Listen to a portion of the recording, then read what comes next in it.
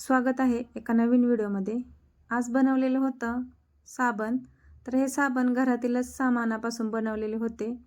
खूप सोपी पद्धत आहे, तुम्ही ही नक्की ट्राय करा आणि व्हिडिओ आवडल्यास लाईक, शेअर आणि चॅनलला सबस्क्राइब पण करा।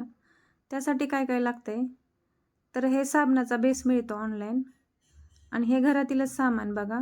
2 चमचे बेसन पीठ, 1 चमचा हळद, 2 चमचा कॉफी पावडर, व्हिटॅमिन ए च्या 2 कॅप्सूल आणि हे सगळं मिश्रण मिक्स करायला 3 चमचे गुलाबजल लागला। आता आम्ही 2च साबण तयार करून बघणार होतो।